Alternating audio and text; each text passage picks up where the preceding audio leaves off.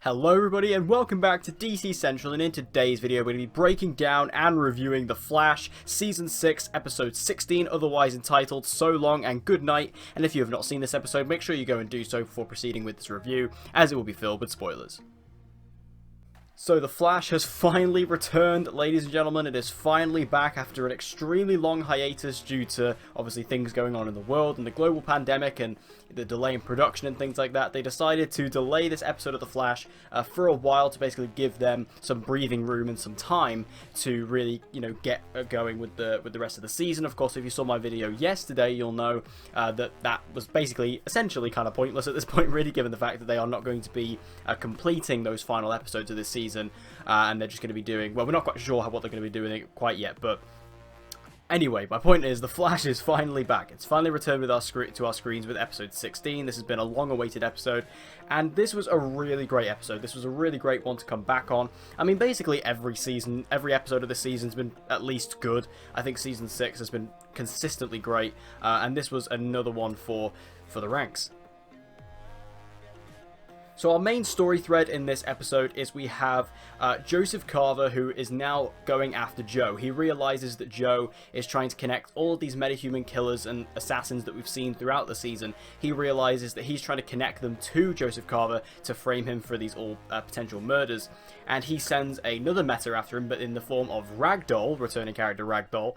And he sends Ragdoll after Joe to try and take him out. We see Joe get involved in a car accident, which was caused by Ragdoll. And we also see Ragdoll have a couple of more attempts throughout the episode of trying to take out Joe, and this all leads to Joe actually going into witness protection. And that's the kind of the thing he's dealing with this entire episode, is people keep telling him, like Singh keeps telling him, Barry keeps telling him, dude, get into witness protection, you're not safe, you are getting attacked many times throughout the same day. Just go into witness protection, you'll be fine.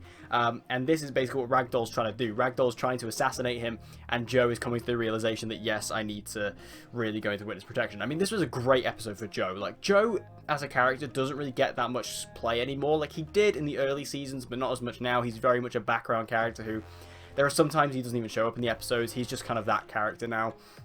But this was a big, big one for him, which kind of explains, it kind of makes itself become apparent as to why it was a big episode for Joe when you realise what happens at the end. But yeah, this was a great episode for Joe, and Jesse L. Martin killed it as always. I mean, Jesse L. Martin is always fantastic as Joe, and he really killed it here. I loved all of his moments. He really had some like genuine, brilliant emotional moments, especially with Cecile and her being in danger in this episode, and with Barry and stuff like that, like genuine anger as well, and frustration, because again, he doesn't want to go into witness protection. He's close to this case, he's close to cracking it.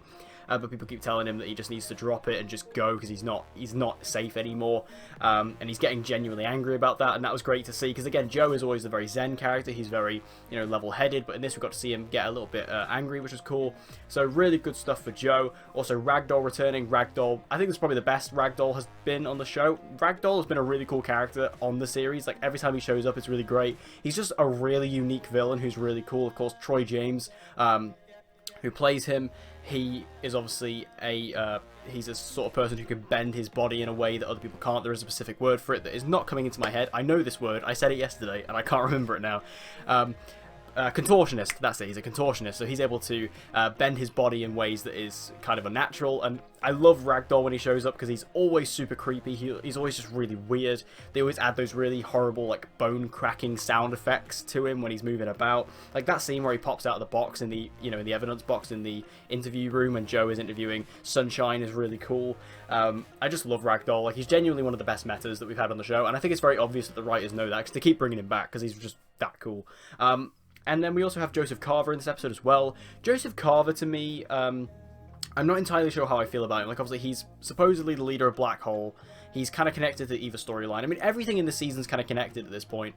But Joseph Carver, to me, I'm just not buying this guy. Like, he's so cartoonish. He's so over the top. Like, Eva, I can buy as a villain. Like, she genuinely seems really cool and collected and a really cool villain. And just a cool character in general.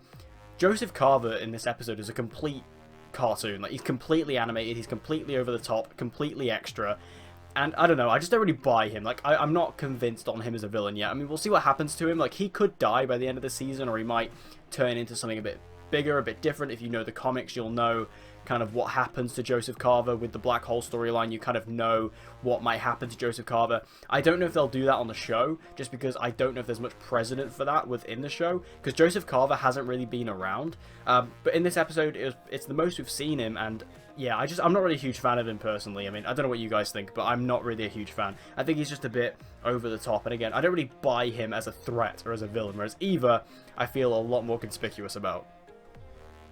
Speaking of Eva, though, her plan is kind of coming to a bit of an issue in this episode, as Iris basically realizes that if she can get in contact with Barry in some way, he can phase through the mirror and get to them and then set them free. But also the Flash is also coming on to Joseph Carver, and she doesn't want the Flash to take down Joseph Carver, because obviously she wants to do it herself. She wants to sort of deal with Joseph herself. So her plan now is to send Mirror Iris out to actually stop Barry by depleting his speed. Of course, Barry is still losing his speed at this point, so that he basically just can't do anything. And we do see the effects of that in this episode, you know, where Barry tries to save Joe, but Joe ends up getting shot and things like that. So Barry is losing his speed.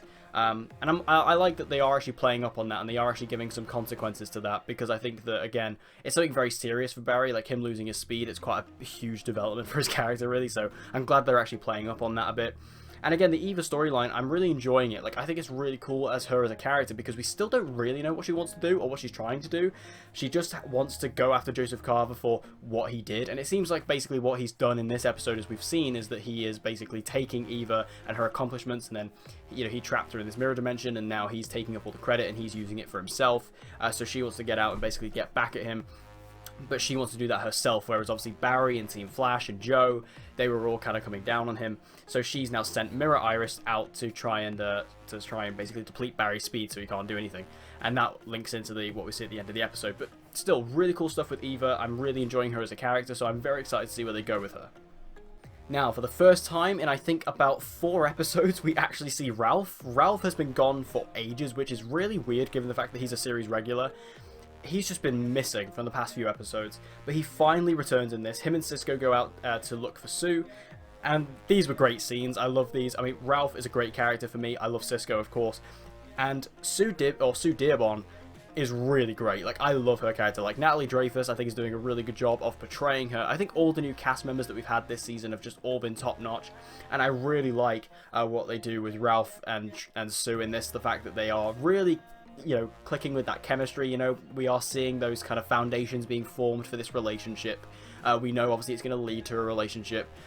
You know, Ralph and Sue are a very famous comic couple, and they do have really good chemistry, and they work really well together, and I enjoy their banter. I enjoy their kind of admiration for each other. They just work really well. Like, I think Hartley Sawyer and Natalie Dreyfus are a good pairing, so I'm very excited to see where they go. And Sue is just a really cool, capable, fun character, so I hope that she gets upgraded to a regular for season 7, because I think that is what needs to happen, because she's just awesome. So I'm really glad with this storyline, and I'm just happy that Ralph's back on the show as well. He's been gone. I've missed him. He's really cool. So yeah, this is all good stuff.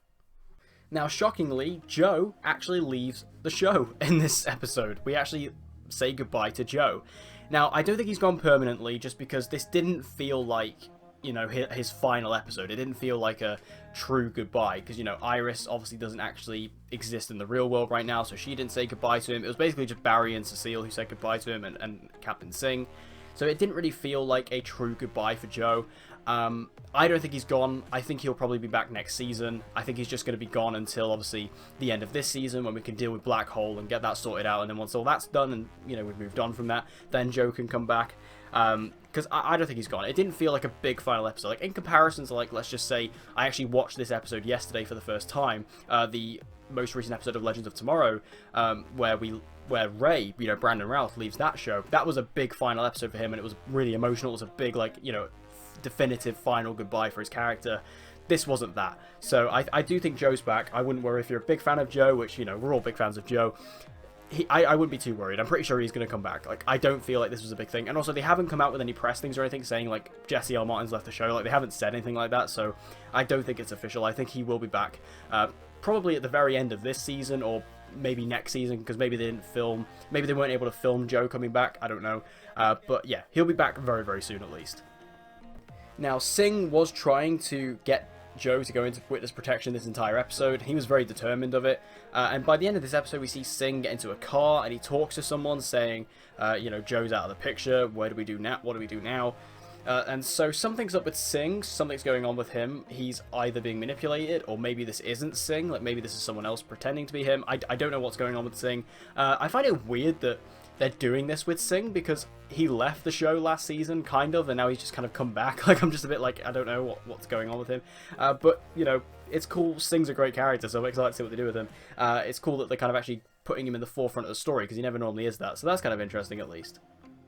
Now, the final scene, which kind of blew everyone's socks off in the movie, in the episode, was Iris kicks Barry out. Barry returns home. This was the post-credit scene. Barry returns home, and Iris basically says, you know, how could you not tell me? How could you not come and get me? That Joe's going away. I couldn't even say goodbye to him, blah, blah, blah. And it all results in Iris kicking Barry out, having a massive go at him, slamming the door in his face, and sending him away. Now, this scene eventually just culminates basically for Barry to realize that Iris, you know, that this isn't his Iris, this is obviously Mirror Iris, and this isn't his wife and things like that. He's just realizing something's up with her now, because Iris just would not react in this way. Like, she understands that Barry couldn't have gone and got her because his speed is depleted, he can't waste it. And also, you know, it's a very realistic situation. Joe has to go away. It's not like he's gone. He'll go away.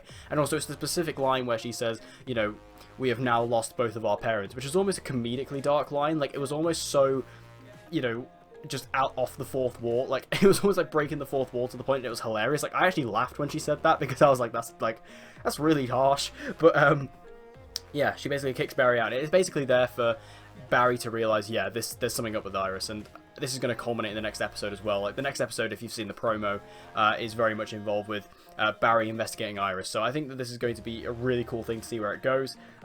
I did see some people talk about West Allen as over. I mean, no, it's not. I mean, this isn't even Iris. So yeah, it's cool though. It was a cool scene to actually see Iris really flip out on Barry like that, because we don't really see that often. So it was interesting to see. But yeah, it was basically there just so Barry can really discover that, yes, Iris is not normal.